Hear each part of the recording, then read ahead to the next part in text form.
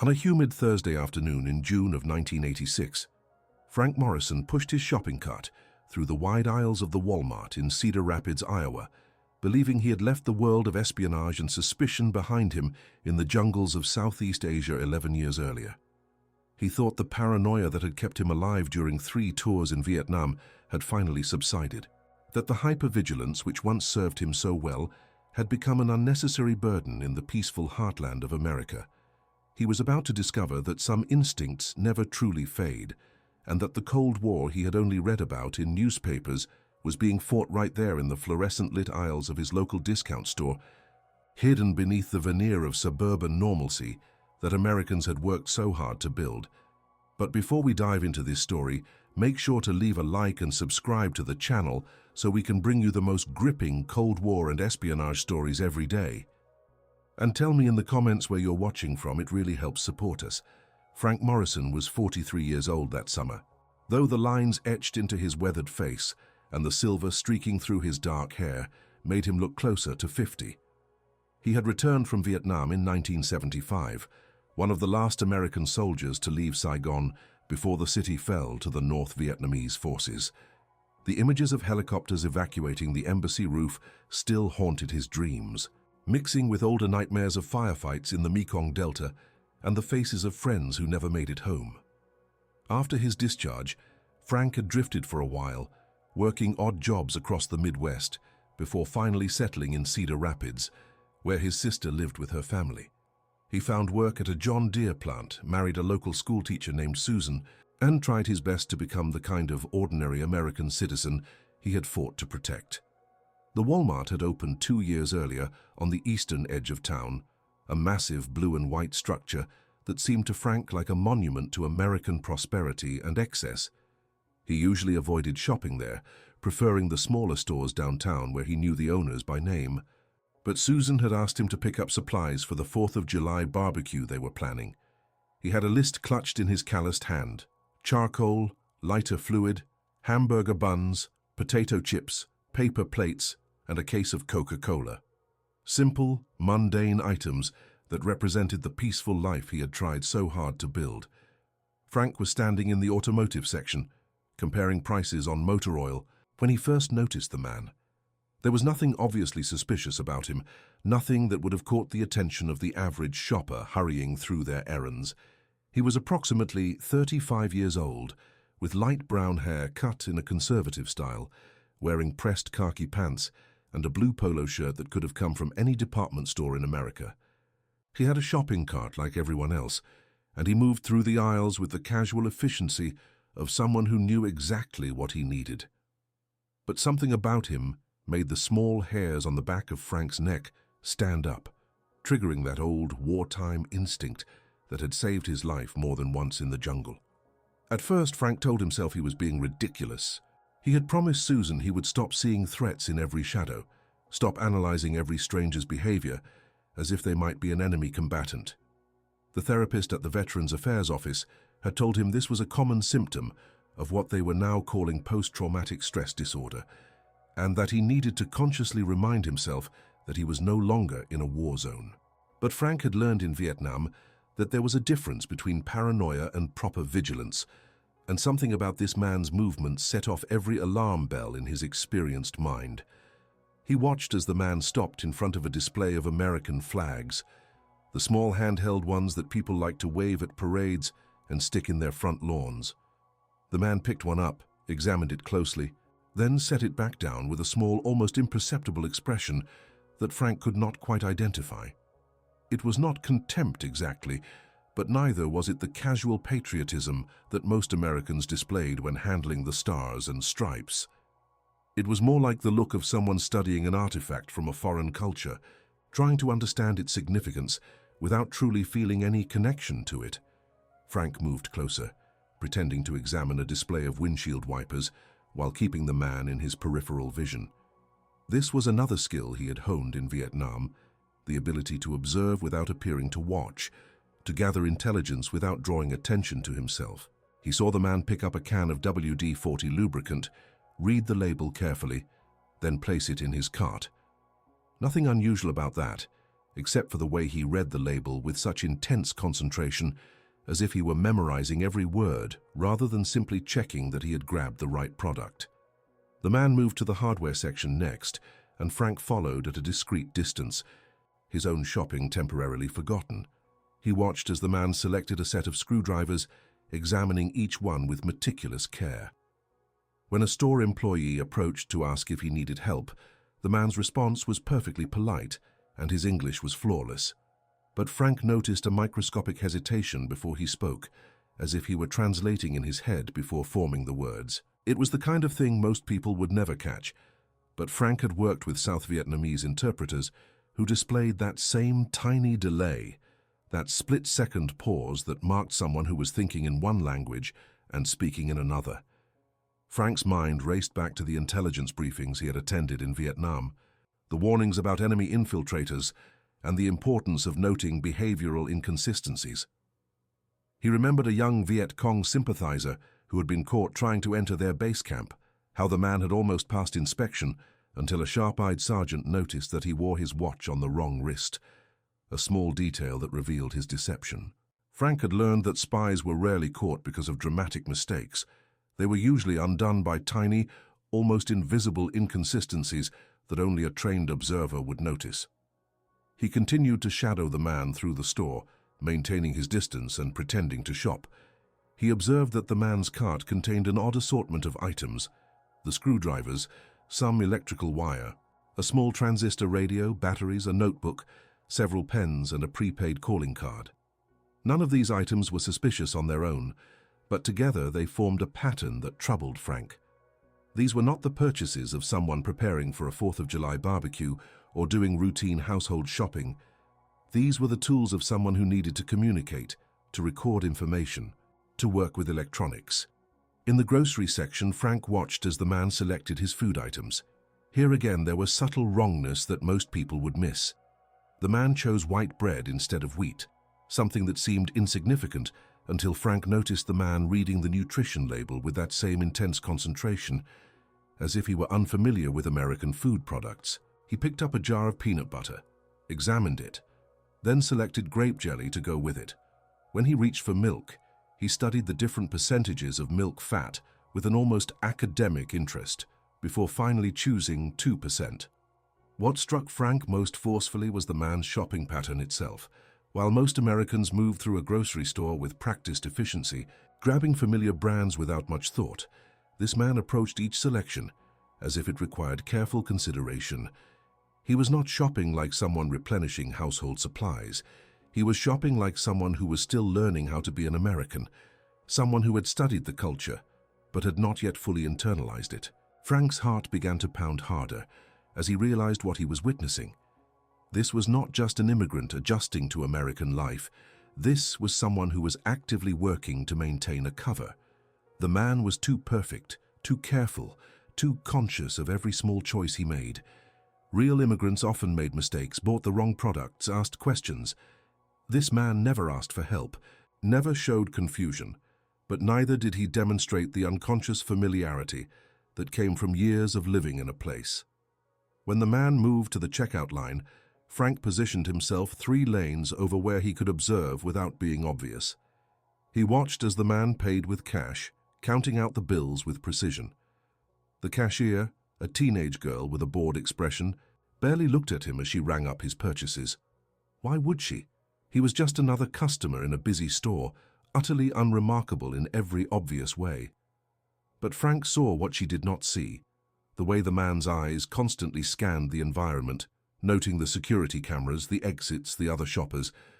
It was the behavior of someone who had been trained in surveillance awareness, someone who was always calculating escape routes and potential threats.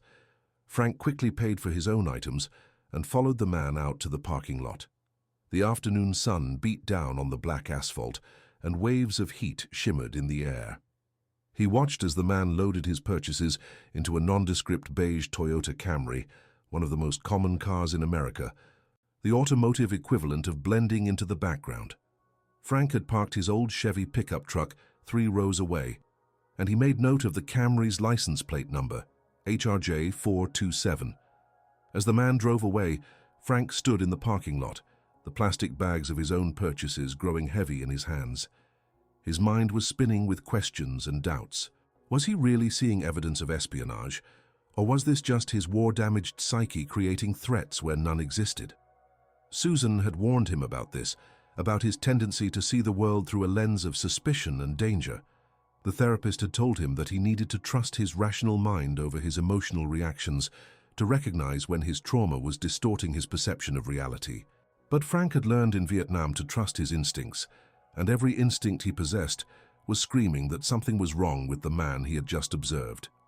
He drove home in a state of agitation, barely noticing the familiar streets of Cedar Rapids passing by his windows. When he pulled into the driveway of his modest ranch house, Susan was in the front yard watering her flower garden. She took one look at his face and immediately knew something was wrong. "What happened?" she asked, turning off the hose and walking over to him. Susan Morrison was a petite woman with auburn hair and kind eyes that had seen Frank through his darkest moments. She had met him at a Veterans of Foreign Wars dance 2 years after his return from Vietnam, and she had loved him despite, or perhaps because of, his wounds, both visible and invisible. Frank unloaded the groceries and told her everything he had observed at Walmart. As he spoke, he could see the concern growing in her eyes, and he knew what she was thinking even before she said it. "Frank," she said gently, placing her hand on his arm. "I know you think you saw something suspicious, but is it possible that you are reading too much into this? Maybe he is just a careful shopper. Maybe he is from another country, and he is just adjusting to American life." "I know what I saw, Susan," Frank replied, his voice tight with frustration. This was not just some immigrant learning to shop at Walmart. This was someone who had been trained, someone who was working very hard to blend in, but had not quite mastered it yet. Susan sighed and looked at him with a mixture of love and worry. "What are you going to do? Call the police and tell them you saw a man shopping suspiciously at Walmart? They will think you are crazy, Frank. They will think this is just another episode." She was referring to an incident 6 months earlier, when Frank had become convinced that their neighbor was conducting surveillance on their house. He had spent 3 days documenting the man's comings and goings before Susan finally convinced him to talk to the neighbor directly, only to discover that the man was simply a real estate agent who kept irregular hours. The police had been called when the neighbor felt threatened by Frank's intense scrutiny, and it had taken Susan's intervention to smooth things over and avoid any charges being filed. "This is different," Frank insisted, but even as he said it, he could hear the doubt creeping into his own voice. Was it different? Or was he simply repeating the same pattern, seeing enemies where none existed, unable to leave the war behind him? That night, Frank lay awake long after Susan had fallen asleep beside him.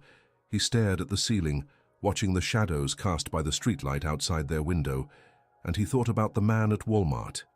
He thought about the Cold War that he had only understood in abstract terms during his time in Vietnam, where the real enemy had been the Viet Cong and the North Vietnamese army, not the distant Soviet Union that supposedly pulled the strings from Moscow.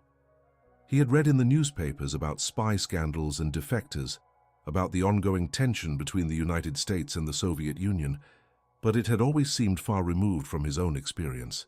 But now, in the quiet darkness of his bedroom in Cedar Rapids, Iowa, Frank began to consider the possibility that the Cold War was not just being fought in Berlin or Moscow or Washington, D.C. It was being fought everywhere, even in the most ordinary places, by people who looked and acted like regular Americans, but who served a different master.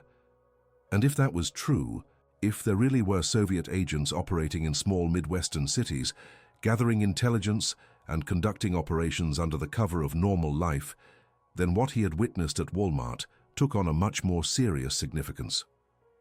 The next morning, Frank made a decision.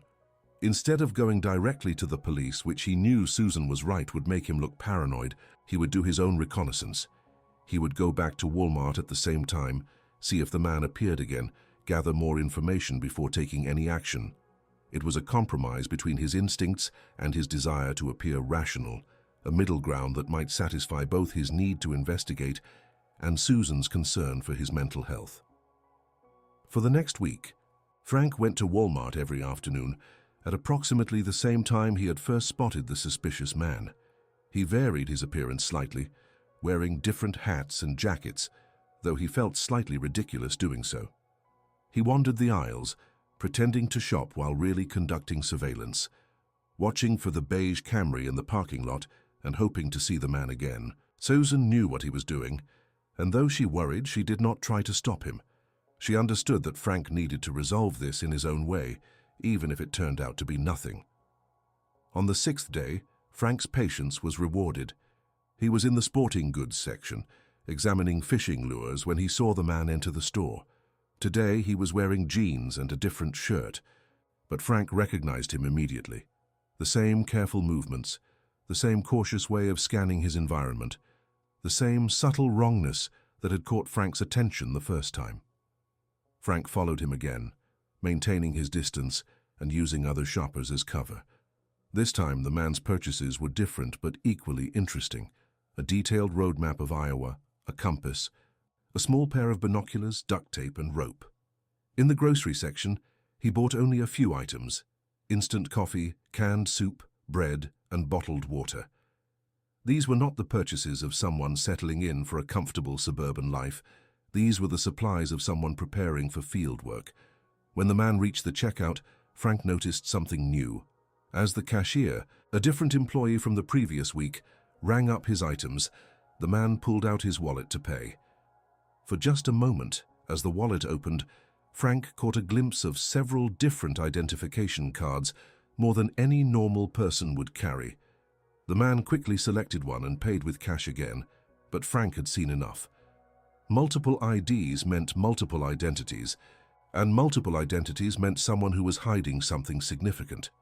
This time, Frank did not just note the license plate number.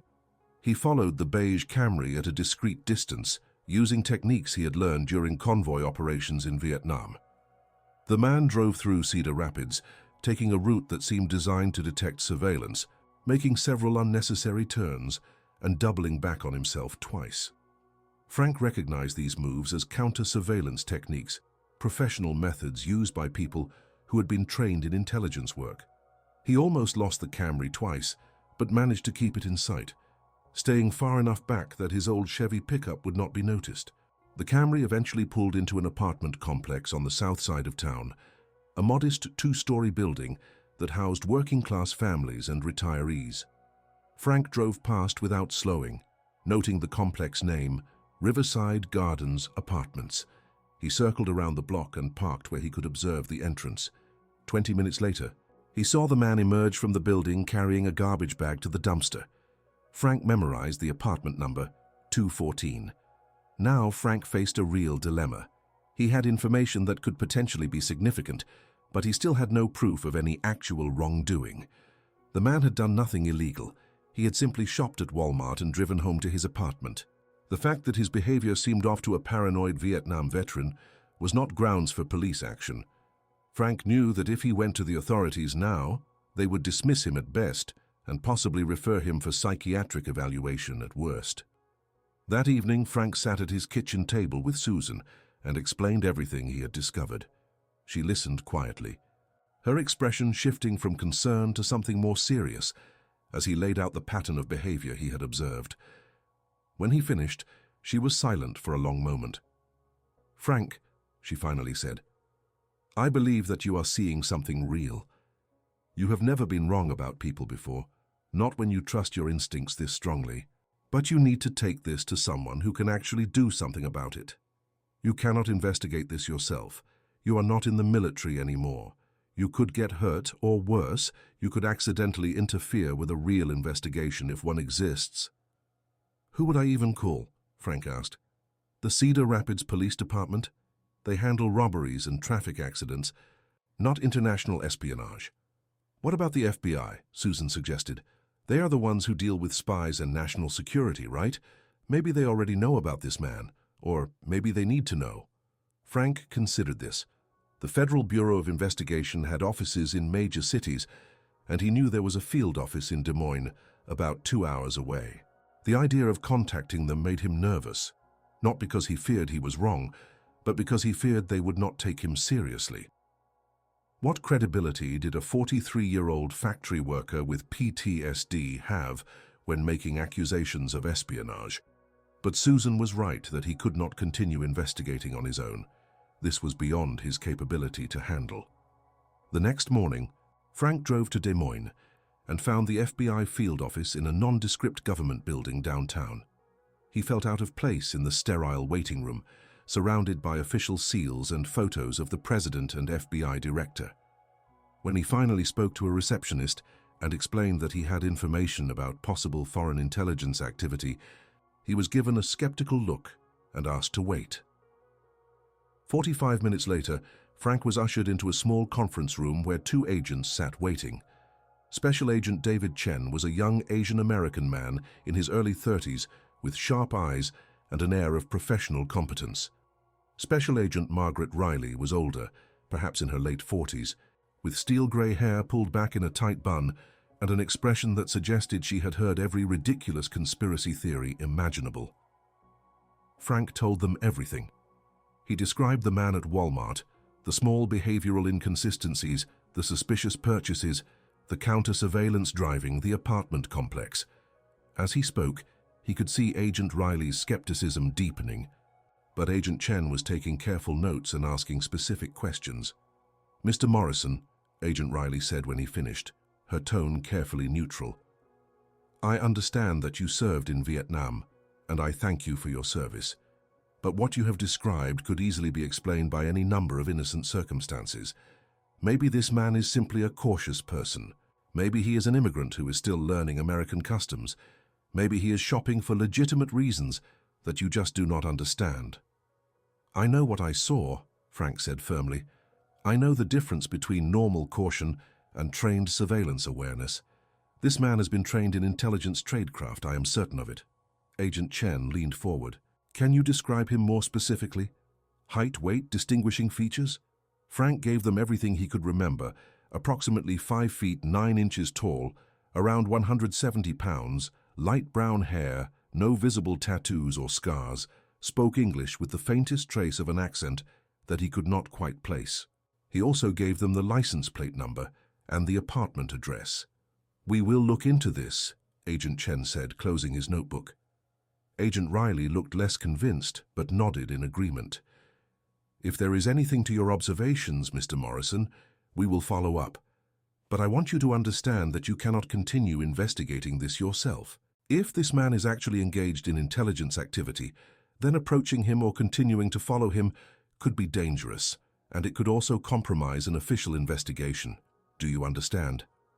"I understand," Frank said, though he felt frustrated. He had expected more urgency, more immediate action, but he also recognized that the FBI received countless tips from citizens, most of which led nowhere, and they had to prioritize based on credible evidence, not just the instincts of a traumatized veteran. Frank drove back to Cedar Rapids, feeling deflated. He had done what Susan suggested, taken his concerns to the proper authorities, and they had essentially patted him on the head and sent him home. He tried to put the matter out of his mind, to focus on his work at the factory and his preparations for the 4th of July barbecue. But he could not stop thinking about the man at Walmart, could not shake the feeling that something significant was happening, and he was the only one who recognized it. 3 weeks later, on a hot Sunday afternoon in late July, Frank and Susan hosted their barbecue. Their backyard was filled with friends and neighbors. The smell of grilling hamburgers filled the air, and children ran around playing with sparklers in anticipation of evening fireworks. Frank was tending the grill, trying to relax and enjoy the celebration of American independence, when he saw a familiar beige Camry drive slowly past his house. His blood went cold. The man from Walmart was driving down his street, and it was clearly not a coincidence. Their eyes met for just a moment through the car window, and Frank saw recognition in the other man's gaze. The Camry continued down the street without stopping, but the message was clear. The man knew who Frank was, knew where he lived, and was letting him know it. Frank immediately went inside and called the FBI office in Des Moines. It was Sunday, and he had to leave a message with an answering service. He gave his name and said it was urgent, relating to his previous visit about possible foreign intelligence activity. Then he returned to his barbecue, trying to act normal while his mind raced with implications. That night, after the last guests had left and the fireworks had finished, Frank sat on his back porch with Susan and told her what had happened. She went pale and gripped his hand tightly. "He knows who you are," she whispered. "Frank, this means you were right. Someone who was just an innocent shopper would not drive past your house like that. He is warning you off." "Or threatening me," Frank said grimly. "I need to be more careful now, we both do." Agent Chen called the next morning. "Mr. Morrison, I got your message from yesterday. Tell me exactly what happened." Frank described the Camry driving past his house, the moment of eye contact, the clear sense of recognition. There was a long pause on the other end of the line. "Mr. Morrison, I need you to listen to me very carefully," Agent Chen said, and Frank could hear the tension in his voice. "After you came to our office, we did run the license plate and the address you gave us. We discovered some things that concerned us enough to open a preliminary investigation. I cannot tell you details, but I can tell you that your observations may have been more accurate than we initially thought. The fact that this subject has now appeared at your residence is extremely concerning. I'm going to arrange for local police to increase patrols in your neighborhood, and I'm going to send someone to brief you on safety protocols. In the meantime, I need you to promise me that you will not attempt any further surveillance or investigation of this individual. Do not approach him. Do not follow him. If you see him again, call me immediately at this number." Agent Chen gave Frank a direct phone number and made him repeat it twice to ensure he had it memorized. After the call ended, Frank sat at his kitchen table, his hands shaking slightly. He had been right.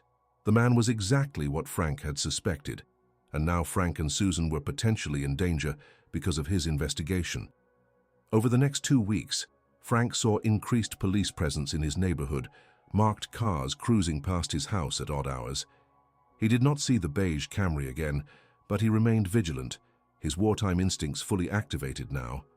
He varied his route to work, checked under his truck for tampering each morning, and insisted that Susan call him every time she arrived safely at the school where she taught.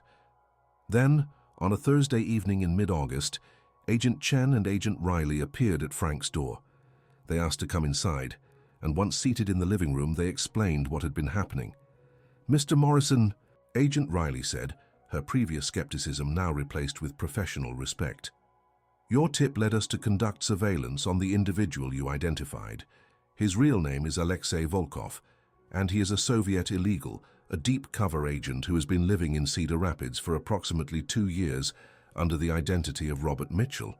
He works as an electronics technician at a company that manufactures components for agricultural equipment, but we believe his real mission involves intelligence gathering on American manufacturing technology." Frank felt a strange mixture of validation and concern wash over him. He had been right, but being right meant that he had unwittingly inserted himself into a genuine espionage case. Agent Chen continued, "We have been conducting surveillance on Volkov since you came to us, and we believe we have gathered enough evidence to move forward with his arrest. However, he became aware of our investigation, possibly because he detected our surveillance, or possibly because he suspected that you had reported him after he saw you watching him at Walmart. His drive past your house was indeed a warning, an attempt to intimidate you into silence." "So what happens now?" Susan asked, her voice tight with worry. "Tomorrow morning, we will arrest Volkov at his apartment," Agent Riley said. "We wanted to inform you beforehand, both as a courtesy and as a safety precaution. Once he is in custody, there will be no further threat to you or your wife. We also wanted to thank you, Mr. Morrison. Your observations were crucial in identifying this operative. Without your vigilance, he might have continued his activities for years without detection." The next morning, Frank did not go to work. He stayed home with Susan, both of them watching the clock and waiting for the phone to ring. At 10:37, Agent Chen called to inform them that Alexei Volkov had been arrested without incident at his apartment. A search of the premises had revealed radio equipment, coded documents, detailed maps of Iowa manufacturing facilities, and multiple sets of false identification documents. Volkov was being held on espionage charges and would likely be part of an eventual prisoner exchange with the Soviet Union. In the weeks that followed, Frank's role in identifying Volkov remained largely unknown to the public. The FBI kept his identity confidential to protect him from any potential retaliation. though the arrest itself made national news as another example of Soviet espionage operations in the American heartland. Frank was called to testify before a grand jury, and he learned more details about Volkov's operation. The Soviet agent had been gathering intelligence on advanced manufacturing techniques, photographing documents from his workplace, and transmitting reports back to Moscow using shortwave radio equipment hidden in his apartment. What struck Frank most was learning that Volkov was part of a larger network of Soviet illegals scattered across the United States, ordinary-looking people living seemingly normal American lives while serving the KGB. Some had been in the country for decades, their covers so deep that even their families did not know their true identities. The FBI estimated there were dozens, possibly hundreds of such agents operating throughout America, and most of them would never be caught. One afternoon in September, Agent Chen visited Frank at his home for what he called a debriefing session, but which felt more like a conversation between colleagues. "I want to explain something to you, Mr. Morrison," Chen said as they sat in Frank's living room drinking coffee. "When you first came to our office, Agent Riley and I were skeptical of your story. We hear from a lot of people who think they have seen spies or uncovered conspiracies, and 99% of the time, it is just ordinary behavior being misinterpreted through a filter of fear or paranoia. But you were different. The details you provided, the specific behavioral observations, the way you had conducted your own preliminary reconnaissance, all of that showed someone who actually understood intelligence work." "I learned a few things in Vietnam," Frank said quietly. "How to watch people, how to identify threats. I just never thought I would need those skills in a Walmart in Iowa." "That is exactly the point," Chen replied. "The Cold War is not just being fought in faraway places. It is happening here, in small American cities, in factories and research facilities and government offices. The Soviet Union has invested enormous resources in placing their agents among us, and they are very good at training them to blend in. What caught Volkov was the same thing that would have caught him in Saigon or any other place where someone with your experience was paying attention. He was too perfect. He had learned how to act like an American, but he had not learned how to be one. The difference is subtle, but it is there if you know how to look for it." Frank thought about this. "So what now? Do I just go back to my normal life and pretend I did not see all this?" "Yes and no," Chen said. "You go back to your regular life, absolutely. You work at the factory, spend time with your wife, enjoy your peace. But you also keep your eyes open, not obsessively, not to the point where it interferes with your life, but stay aware. And if you ever see anything else that troubles you, anything that triggers those instincts you honed in combat, you call me. The United States needs people like you, Mr. Morrison. We need citizens who are vigilant without being paranoid, who can recognize genuine threats without seeing them everywhere." After Agent Chen left, Frank sat on his porch and watched the sunset paint the Iowa sky in shades of orange and purple. He thought about the strange journey that had brought him from the jungles of Vietnam to this moment, from a young soldier fighting a hot war to a middle-aged factory worker who had stumbled into the Cold War. He thought about Alexei Volkov, the man who had tried so hard to become Robert Mitchell, who had studied American culture and mannerisms, but could never quite master the unconscious ease of someone who had grown up eating peanut butter sandwiches and watching baseball games. In the end, Frank realized, it was the small things that gave people away. Not the dramatic mistakes or obvious slips, but the tiny inconsistencies that only a trained observer would notice. The way someone held a flag, read a label, or moved through a grocery store. These were the tells that no amount of training could completely eliminate, the human factors that made espionage an imperfect science despite all the technology and tradecraft that intelligence agencies could deploy. Frank never forgot that afternoon at Walmart, that moment when his old instincts had kicked in and recognized something wrong in the midst of suburban normalcy. It reminded him that the skills he had learned in Vietnam, the hypervigilance and constant awareness that had made civilian life so difficult, were not just symptoms of trauma. They were also tools that had value, capabilities that could serve his country even in peacetime. He did not need to be in a jungle or a war zone to be a soldier. He just needed to be awake and aware, to trust his training and experience when something felt off. Susan understood this transformation in her husband.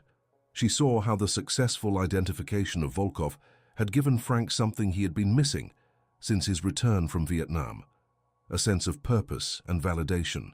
His hypervigilance was not just a disorder to be managed, it was also a gift that had protected his fellow soldiers in war and his fellow citizens in peace.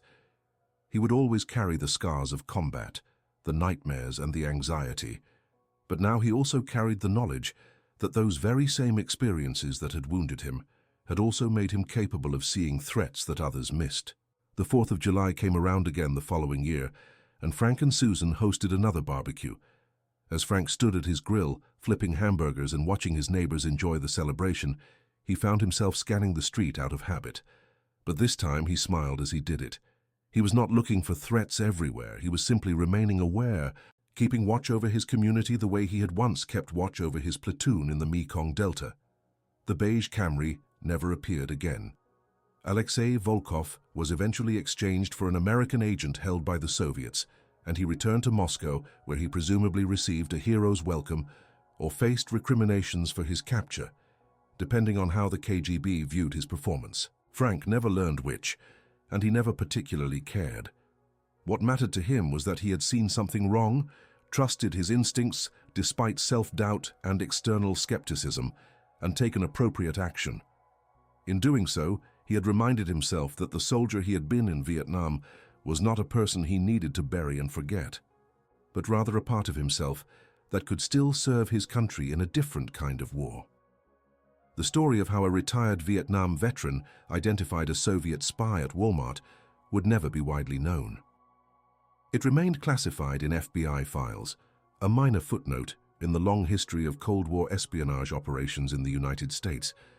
But for Frank Morrison, it was the story of how he had learned to reconcile his past with his present, to accept that his combat experience was not just a source of pain, but also a source of strength. He had gone to war as a young man, returned home damaged but not broken, and found a way to continue serving even as he built a peaceful life in the American heartland. In the years that followed, Frank occasionally consulted with the FBI on matters related to foreign intelligence activity. His expertise in recognizing behavioral inconsistencies and surveillance awareness made him a valuable resource, and he found that helping identify potential threats gave him a sense of purpose that his factory work never could. He never became a full-time agent or investigator. He remained a factory worker who happened to have skills and instincts that were occasionally useful to national security. It was enough for him, this quiet contribution to the ongoing struggle between East and West, this knowledge that he was still serving his country in his own way. Susan watched her husband transform from a man haunted by his past into someone who had made peace with it.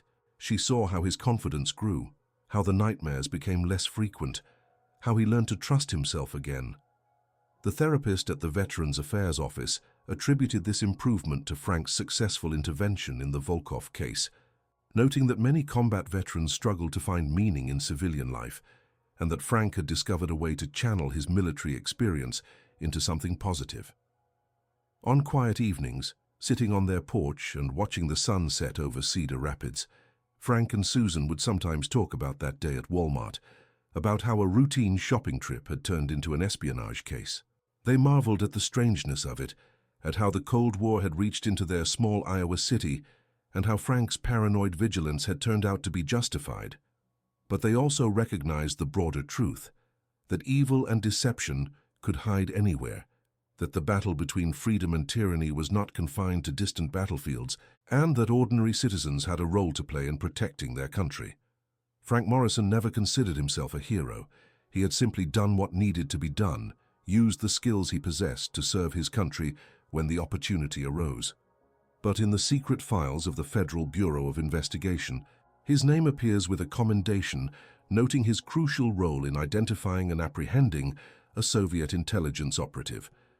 It is not the kind of recognition that comes with medals or public acknowledgement, but it is the recognition that matters most to those who understand the shadowy world of espionage, the knowledge that vigilance matters, that attention to detail can save lives, and that sometimes the most important battles are fought not with weapons, but with awareness and courage. And that concludes our story. If you made it this far, Please share your thoughts in the comments. Don't forget to subscribe for more incredible stories and check out the video on screen. I'm sure you'll enjoy it. See you next time.